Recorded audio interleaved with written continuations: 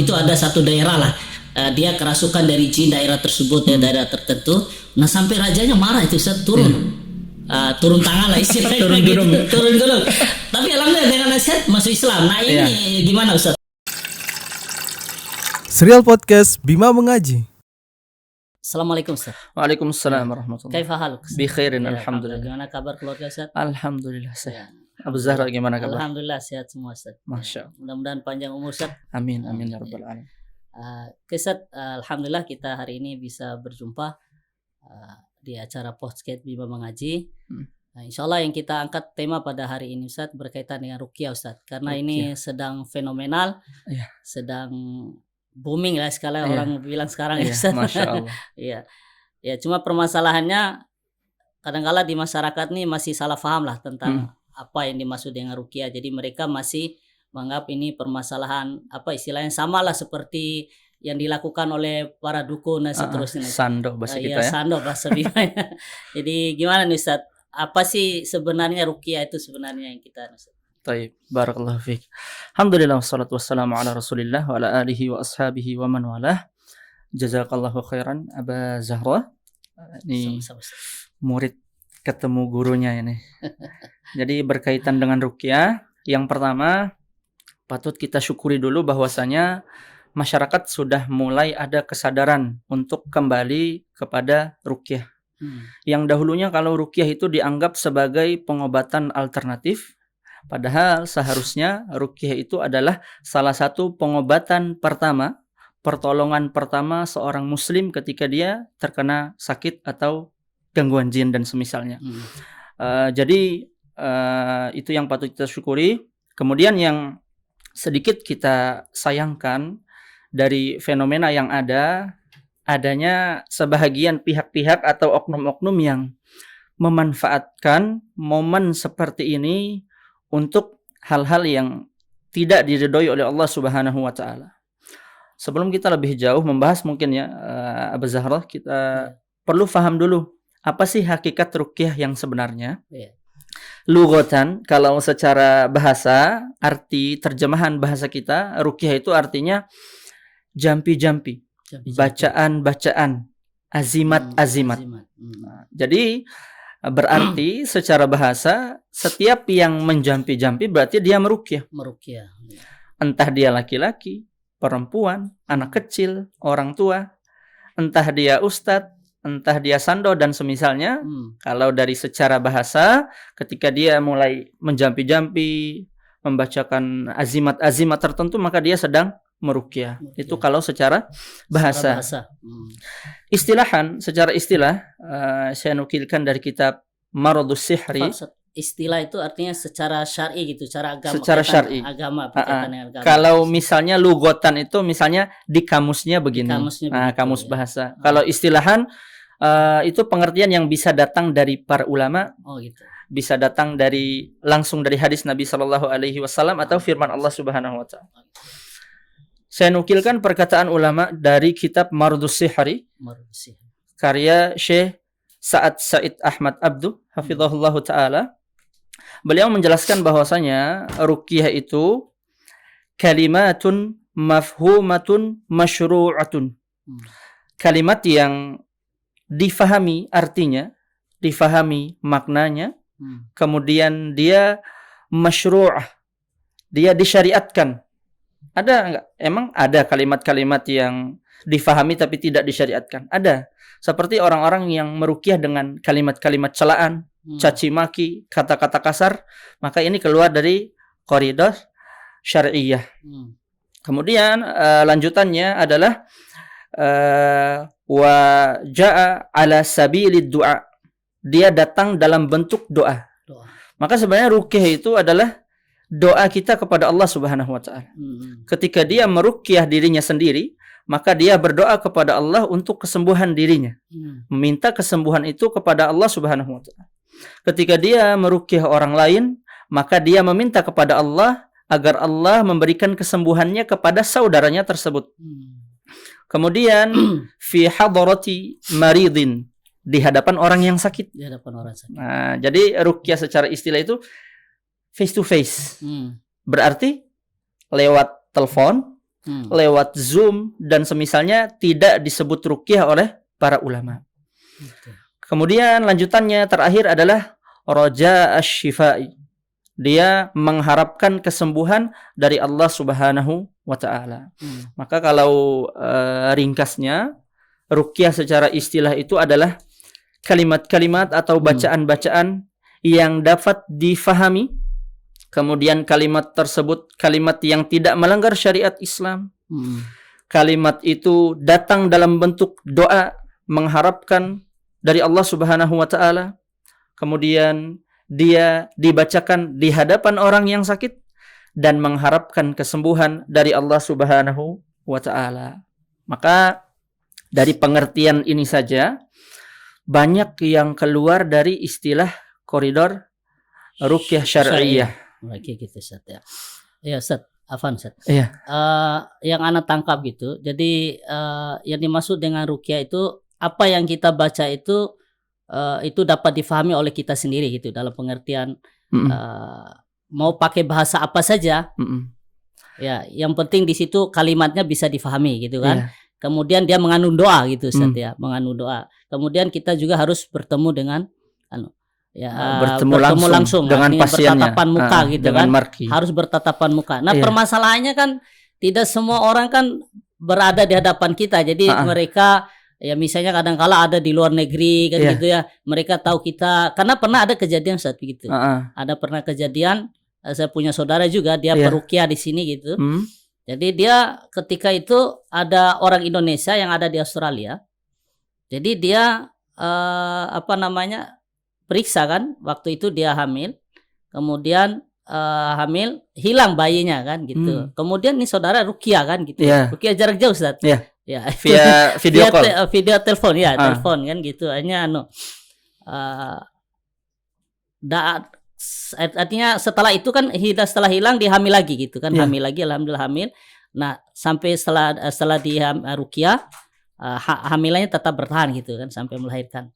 Nah, kemudian dokter yang memeriksa ini tidak percaya bahwa ruqyah itu berpengaruh begitu. Kebetulan dokternya orang kafir gitu kan, orang di luar Islam. Jadi mereka tidak percaya. Akhirnya diruqyah sama pingsanlah dokter itu gitu. Dokternya kan. yang pingsan karena setelah diruqyah kan dicoba Ustaz. Nah, seperti itu gimana Ustaz? Apa masih dikategorikan ruqyah Ustaz? Karena ada artinya permintaan doa dia Nah, seperti itu Ustaz. Ya. Kalau dalam apa yang diistilahkan oleh para ulama seperti apa yang kita dapati istilah-istilah hari ini, ruqyah jarak jauh, ruqyah via Zoom, ruqyah via video call, itu sebenarnya tidak disebut ruqyah. Tidak disebut ruqyah. Lebih tepatnya disebut terapi Qur'ani. Oh, terapi Qur'ani Ustaz. Karena ruqyah itu harus langsung fi hadrati maridin, di hadapan orang yang sakit. Nah, terus gimana? Kan orangnya bereaksi ya. Berarti ruqyah dong? Tidak selamanya yang bereaksi itu karena ruqyah. Banyak orang-orang yang terkena gangguan jin, entah karena perjanjian apa yang mereka lakukan, ilmu apa yang dulu mereka pelajari seperti ilmu kebal. Ketika di dalam sholat banyak mereka yang bergetar. Padahal imamnya tidak meniatkan bacaan dia dalam sholat sebagai ruqyah. Nah, itu namanya dia merasakan kekuatan dari Al-Quran. Tapi dia tidak sedang meruqyah. Sedang meruqyah. Oke, Ustaz. Ya, jazakallahu khair Ustaz. Oke, Ustaz. Yang kedua dari tadi yang disampaikan dari definisi tadi Ustaz. Berarti gimana sih cara ruqyah yang benar gitu menurut syariat kita gitu Ustaz, supaya ini kan di masyarakat bisa membedakanlah mana ruqyah yang syar'i, mana yang tidak kan gitu, atau mana yang disebut ruqyah dan mana yang tidak disebut ruqyah gitu kan Ustaz. Berarti kita sepakat nih, kita fokus ke ruqyah syariah secara istilah. Secara apa yang didefinisikan oleh para ulama. Maka para ulama membagi di antara jenis ruqyah itu, kalau ada yang syariah, maka ada yang syirkiyah. Ada yang lebih umum lagi pembagiannya. Ada yang syariah, ada yang batilah, ruqyah yang batil. Jadi kenapa dibedakan ruqyah syariah? Karena Nabi SAW pernah datang salah seorang sahabat yang berkonsultasi kepada beliau. Wahai Rasulullah, kunna narki fil jahiliyah. Dahulu di masa jahiliyah kami biasa ngeruqyah saudara yang sakit, teman yang sakit. Fama tara fi dzalik? Bagaimana pendapat engkau wahai Nabi dalam masalah ini? Kemudian Nabi sallallahu alaihi wasallam bersabda, "I'ridu alayya ruqakum." Coba perlihatkan cara ruqyah kalian. La ba'sa birruqa ma lam takun syirkan. Tidak mengapa dengan ruqyah selama tidak mengandung unsur kesyirikan. Jadi salah satu ciri khas ruqyahnya umat Islam, ruqyahnya Ahlus Sunnah wal Jamaah, dia adalah ruqyah yang jauh dari unsur-unsur kesyirikan. Afan, sebentar. Iya. Karena ini kan orang juga mengenal kata syirik ini juga saya perlu dulu Ustaz. Ya. Karena kalau tidak difahami apa itu syirik, jadi nanti dia susah agak membedakan kan gitu ya. Mungkin apa yang dimaksud dengan syirik itu dulu Ustaz. Jadi karena ya sedikit. Misalnya syirik itu adalah memalingkan salah satu ibadah yang harusnya jadi hak Allah Subhanahu wa taala kepada selain Allah Subhanahu wa taala. Misal meminta berdoa dan meminta pertolongan. Itu harus ditujukan seorang hamba hanya kepada Allah Subhanahu wa taala. Lalu dalam ruqyah syirkiyah seseorang memalingkan doa ini kepada selain Allah. Misalnya kepada jin penguasa Dorolonda misalnya, jin penguasa Pantai Lawata dan semisalnya, maka ini dia jelas mengandung unsur-unsur kesyirikan di dalamnya. Allah taala. Jadi kesimpulannya bahwa ruqyah itu ada dua jenis Ustaz ya. Ada yang disyariatkan, ada yang terlarang gitu ya, ada yang terlarang. Boleh ya. Yang terlarang itu artinya yang mengandung unsur kesyirikan. Ya, karena para sahabat dulu juga meruqyah sebelum masuk Islam gitu kan. Sudah jadi kebiasaannya para sahabat. Ya. Artinya ditunjukkan bagaimana dia bahasa yang dipakai gitu kan. Kan gitu ya istilahnya karena kadang-kala di Bima ini banyak bahasa Ustadz yang kadang-kadang kita nggak paham bahasa Bima klasik digunakan. Bahkan anak punya istri Ustadz waktu SMP diajarin gitu oleh kakeknya bagaimana dia mengobati orang yang disengat oleh kalajengking. Anak lucu juga sih, metomate apa segala lah. Biasanya ada gitu. Bareka ini, bareka itu. Terakhir itulah ya bareka itu yang jadi Ustadz. Nah kadang itu Ustadz ada kan di kita ini biasanya mengakhiri dengan tadi kalimat tadi Ustaz. Baraka Muhammad, baraka baraka la ilaha illallah, baraka Muhammad Rasulullah kan gitu Ustaz. Tapi dalam kalimat sebelumnya itu ada kata-kata yang kita tidak paham Ustaz. Nah, ini juga fenomena yang banyak kita temukan di lapangan Abu Zahra ya. Jadi para peruqyah itu menggunakan mantra-mantra yang kalau kita tanya mereka apa sih artinya, mereka pun nggak tahu. Saya juga dulu waktu kecil sering diajarkan oleh orang-orang tua dahulu, misalnya kalau sakit ini baca ini. Saya tanya kepada orang-orang yang ngajarin apa sih artinya ini, kayak apa sih artinya ini, Nek? Pokoknya baca aja. Ini yang diajarkan oleh orang tua kita dahulu. Nah, ada penjelasan yang menarik dari Ibnu Hajar Al-Asqalani rahimahullahu taala. Beliau menjelaskan 3 syarat ruqyah itu bisa masuk kategori ruqyah syariah. 3 syarat. Kalau 3 syarat ini salah satunya tidak terpenuhi, maka dia bukan ruqyah syariah. Syarat yang pertama yaitu hendaklah ruqyah itu diambil dari ayat-ayat Al-Qur'an, doa-doa dari Nabi sallallahu alaihi wasallam atau Asmaul Husna. Jadi itu syarat yang pertama. Kemudian syarat yang kedua, ruqyah itu menggunakan kalimat mafhumah, bahasa-bahasa yang difahami. Difahami dalam maksud yang baca faham apa yang dia baca. Karena fenomena yang kita jumpai di lapangan ternyata yang baca nggak paham apa yang dia baca. Ini keluar dari koridor syariah. Walaupun yang dibaca, yang difahami ini walaupun bacanya Al-Quran gitu Ustaz. Kalau nggak difahami berarti gimana Ustaz? Hambar jadinya bacaan Al-Quran. Tapi artinya ada manfaat gitu. Ada manfaat. Gitu. Bahkan kita meruqyah dengan bahasa Bima pun bisa. Bisa ya. Selama bahasa itu bisa kita fahami. Bisa difahami oleh keumuman manusia. Misal kita menggunakan bahasa Bima Losa dari Serumbake. Keluar dari badan ini dan semisalnya. Kemudian syarat yang ketiga, harus diyakini bahwasanya kesembuhan itu bukan dari zat ruqyahnya. Kesembuhan itu datangnya dari Allah Subhanahu wa taala. Adapun ruqyah tersebut hanya badlul asbab. Seseorang menempuh sebab saja. Sebab. Artinya dengan seseorang meruqyah terserah Allah Subhanahu wa taala. Bisa sembuh, bisa tidak. Ketika ada seorang peruqyah mengklaim ruqyah sama saya, pasti sembuh. Nah, ini sudah yakin di luar dari koridor syariah. Iya. Walaupun yang ditempuh cara-cara syar'i gitu. Iya, karena dia ada klaim pasti sembuh. 100% sembuh dan semisal. Nah, itu kadang-kala yang kita Ustaz, yang kita dapatkan ya, artinya di masyarakat itu atau termasuk kita yang mengalami jadi kadang-kala ada ketika masuk penyakit atau kerasukan Ustaz. Kadang-kala ada orang yang mengklaim, oh ini kena sihir gitu kan. Ya. Ini kena sihir. Nah, sekarang dari bacaan itu kan gitu kan. Dari bacaan dia mengklaim bahwa bacaannya dia itu karena ada kalimat sihir di dalam bacaan itu sehingga ketika bereaksi pas ngucapin sihir bereaksi, oh ini sihir katanya. Nah, itu yang mungkin perlu Ustaz. Nah, itu fitnahnya luar biasa. Yang pertama, seorang peruqyah balik lagi ke asalnya. Dia berdoa sama Allah Subhanahu wa taala. Artinya dalam dia berdoa, boleh nggak dia menebak suatu perkara yang perkara itu ghaib bagi dia. Dia terkena sihir, berapa jumlah jin yang ada di badannya, berapa umur jin dan semisalnya, itu adalah perkara ghaib. Tidak boleh dia memastikan. Misalnya karena dia baca ayat yang temanya sihir, dia langsung memastikan ini pasti sihir nih. Nggak bisa. Kalau dia datang dengan kalimat kemungkinan besar ini sihir. Itu masih diperbolehkan. Karena memang ada sebagian peruqyah juga ngaku-ngaku.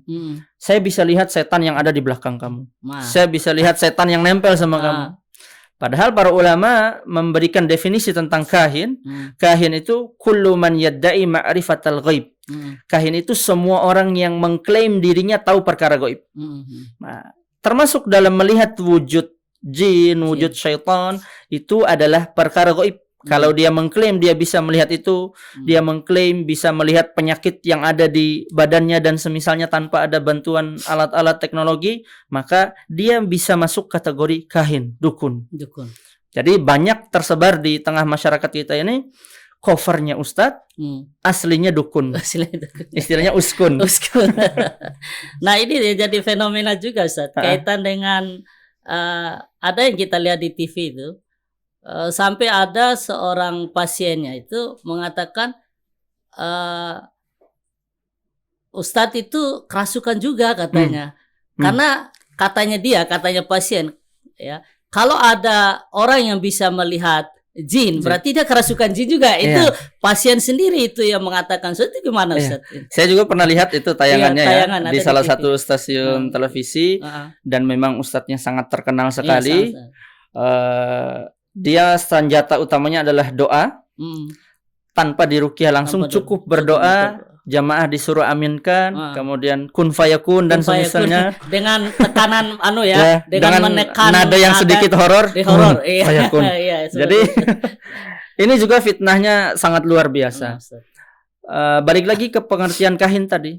Dia masuk ke pengertian ini karena dia mengklaim dirinya tahu apa yang ada di badan orang tersebut, jin apa yang ngikutinnya, berapa jumlah jinnya, dan jin yang diruqyah sama dia itu pintar juga, karena dia tahu orang kalau istilah kita indigo, berarti dia ketumpangan juga.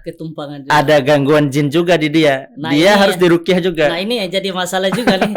Ya, indigo ini juga ini masalah juga yang berlaku di masyarakat kita. Jadi indigo ini seolah-olah jadi sesuatu yang istimewa lah bagi dia gitu. Dianggap indra keenam itu ya. Padahal itu penyakit juga, artinya kerasukan juga ini. Iya, matanya biasanya divisualisasikan oleh sebagian bangsa jin sehingga mampu melihat perwujudan jin-jin di tempat-tempat tertentu.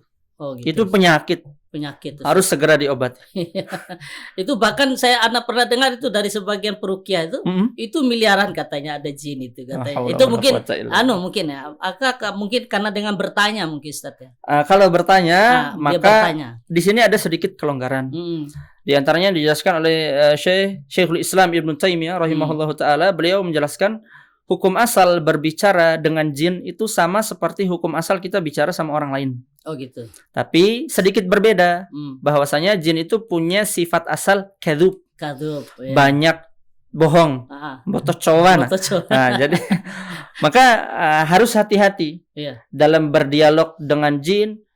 Kita yang harus memimpin dialog tersebut. Gitu. Jangan sampai kita yang terarah sama dia. Oh gitu, Ustaz. Nah ini juga fenomena Ustaz yang banyak kita fenomena sekali. Ya, masalahnya juga begini Ustaz. Jadi pernah ana ruqyah juga Ustaz kan gitu ya. Masya Allah. Ya, jadi ya namanya kalau tidak ada akar rotan pun jadi kan. Tidak ada rotan akar pun jadi. Artinya kan tidak ada ustadz kan. Waktu itu kan lagi sepi-sepinya ustadz kita kan gitu ya, ruqyah. Jadi ana ruqyah orang. Jadi ketika itu kita ruqyah kita interaksi Ustadz. Karena yang kita pahami, yang ana pahami ya gitu ya. Ini benar tidaknya namanya pemahaman kita yang dulu kan gitu ya. Dakwah itu kan perintahnya kan kepada bangsa jin dan manusia kan gitu ya. Akhirnya ya ana ngambil dalil itu aja kan. Ngambil dalil akhirnya ruqyah.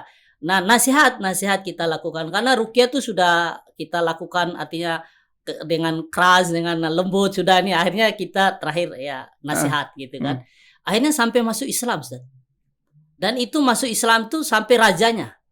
Raja jin ya. Dan waktu itu ada satu daerah lah. Dia kerasukan dari jin daerah tersebut ya, daerah tertentu. Nah sampai rajanya marah itu Ustaz, turun tangan lah istilahnya. turun gunung. Tapi alhamdulillah dengan nasihat masuk Islam. Nah ini gimana Ustaz fenomena ini yang mungkin ya.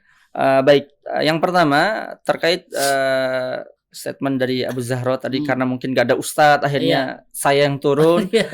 Ini justru diperintahkan oleh Nabi SAW.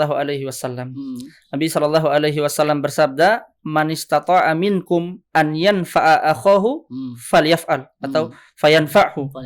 Barang siapa yang mampu memberikan manfaat kepada saudaranya, dalam hal ini meruqyah saudaranya, maka hendaknya dia lakukan.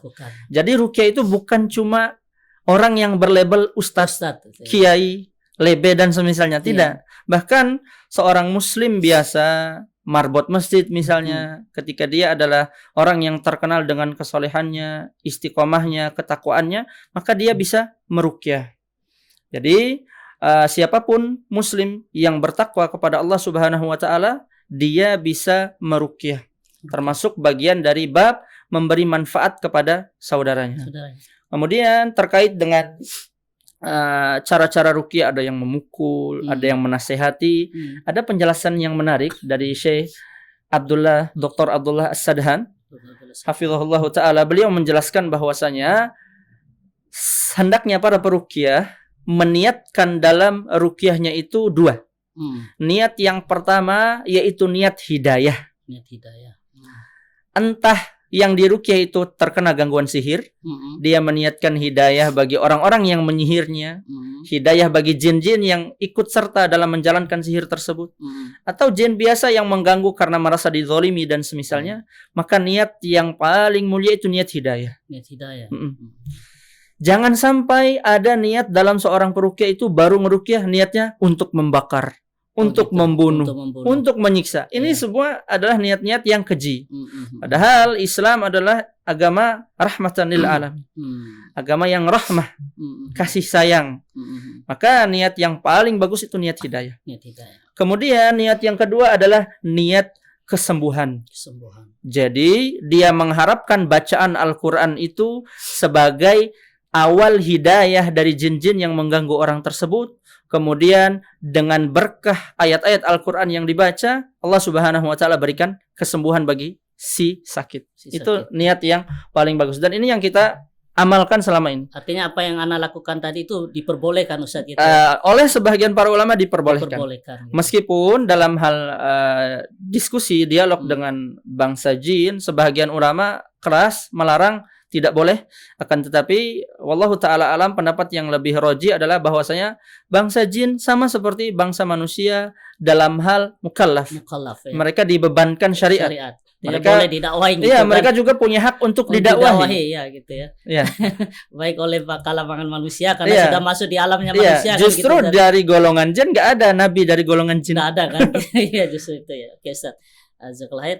Yang kita bahas tadi kan caranya Ustaz ya, cara ruqyah kan gitu. Nah, sekarang apakah ruqyah yang kita ini bisa nggak untuk pengobatan selain kerasukan atau kemasukan jin, Ustaz? Nah, iya. Mungkin penyakit medis atau apa gitu kan, Ustaz? Baik, banyak orang yang menyempitkan arti ruqyah. Ruqyah itu hanya untuk orang kesurupan, ruqyah itu hanya untuk orang kena sihir. Bahkan ketika ada orang sakit, kami jenguk orang sakit, saya tawarin, Bapak mau saya ruqyah nggak? Saya nggak sakit, saya nggak ada setannya, ngapain mau diruqyah? Akhirnya dia salah paham dalam masalah ruqyah. Gitu. Padahal Nabi Shallallahu Alaihi Wasallam sendiri pernah diruqyah oleh malaikat Jibril alaihissalam. Ketika itu malaikat Jibril bertemu Nabi Muhammad SAW, bertanya, "Ya Muhammad, apakah engkau sakit?" Kemudian Nabi SAW menjawab, "Na'am." Lalu malaikat Jibril meruqyah Nabi Muhammad SAW dengan doa, "Bismillahi arqika min kulli syai'in yu'dhika min syarri kulli nafsin aw 'ainin hasidin Allahu yashfik bismillahi arqika." Jadi itu doa malaikat Jibril kepada Nabi Muhammad sallallahu alaihi wasallam. Kemudian di sisi lain ada satu hadis menarik yang mungkin banyak kita terlewat dari hadis tersebut.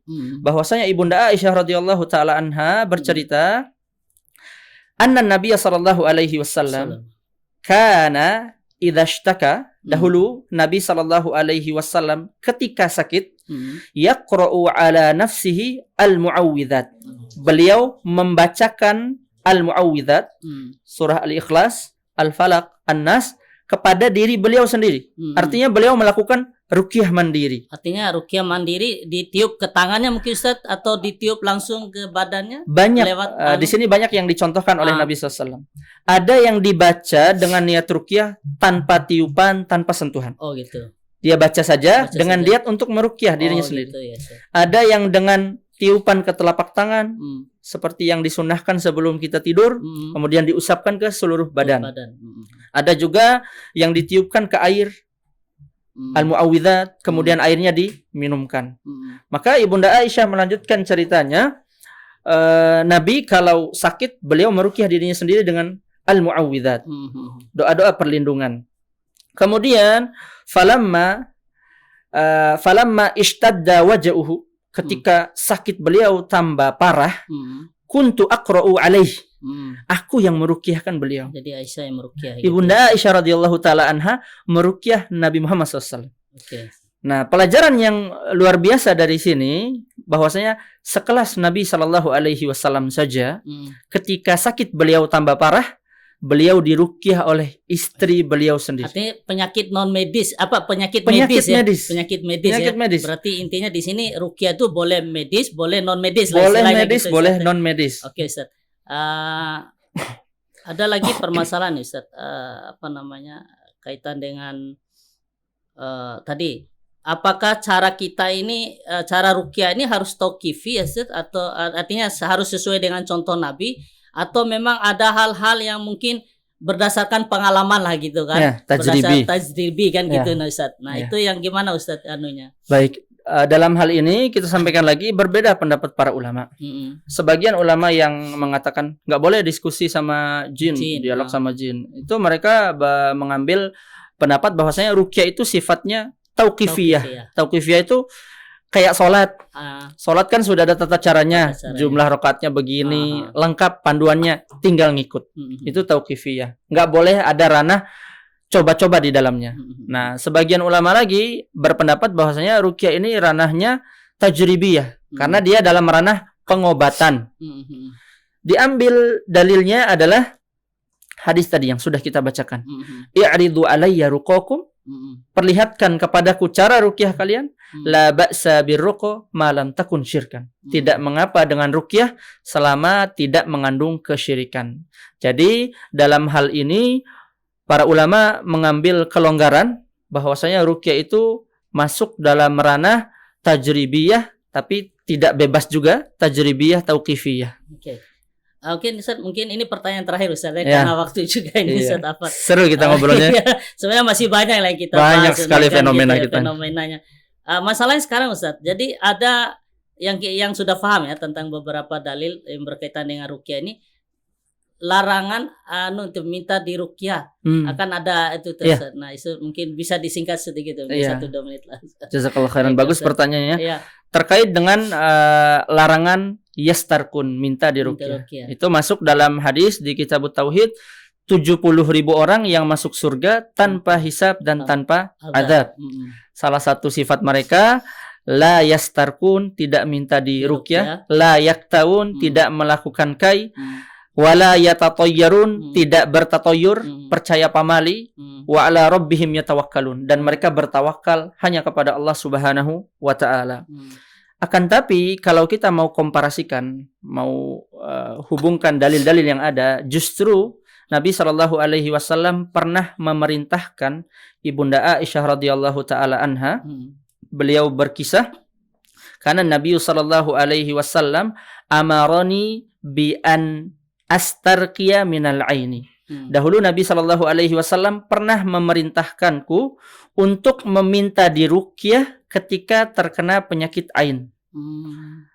Dan di riwayat lain, Nabi Shallallahu alaihi wasallam amarona bi an nastarqiya. Nabi Shallallahu alaihi wasallam memerintahkan para sahabat untuk meminta diruqyah. Artinya dikomparasikan oleh para ulama, larangan hadis tentang orang-orang yang meminta ruqyah itu tercela adalah orang-orang yang dikit-dikit minta ruqyah. Sakit kepala, ruqyahin dong. Ya, gitu. Nggak enak nih, ruqyahin dong. Menggampang-gampangkan untuk minta diruqyah. Dan itu menunjukkan rendahnya tawakalnya kepada Allah Subhanahu wa taala. Kata kuncinya tawakal tadi Ustaz ya. Adapun ketika sakitnya ishtadda, makin parah, makin kronis sakitnya, maka dalam hal ini dia boleh meminta ruqyah. Tentunya dengan ruqyah yang syar'iyah. Iya. Dan ain itu termasuk salah satu penyakit yang parah. Oh iya. Nah, itu sebenarnya mau kita bahas, tapi karena panjang, waktu Ustaz, masalah ini juga ini Ustaz ya. Oke. Mungkin itu saja Ustaz. Barakallah, jazakallah khair. Mudah-mudahan pertemuan kita ini ada manfaatnya. Amin. Tapi mungkin sebelumnya kami ingatkan kepada saudara-saudara kita yang mungkin sempat menonton lah kita ini, yang akan menonton kita, ya diharapkan ambil faedah dari pertemuan hari ini. Mudah-mudahan ada manfaatnya buat beliau juga. Dan diharapkan ya supaya program-program di Bima Mengaji ini terus berkembang kan gitu ya. Ada manfaat yang perlu dan bagian juga dari dakwah lah mungkin Ustaz ya. Ya mungkin perlu adanya di subscribe lah istilahnya orang subscribe di like dan di share gitu ya. Supaya ada manfaat lah untuk saudara-saudara kita yang lainnya. Mungkin kita tutup dengan doa kafaratul majelis Ustaz. Subhanakallahumma bihamdika asyhadu an la ilaha illa anta astaghfiruka wa atubu ilaik. Alhamdulillah.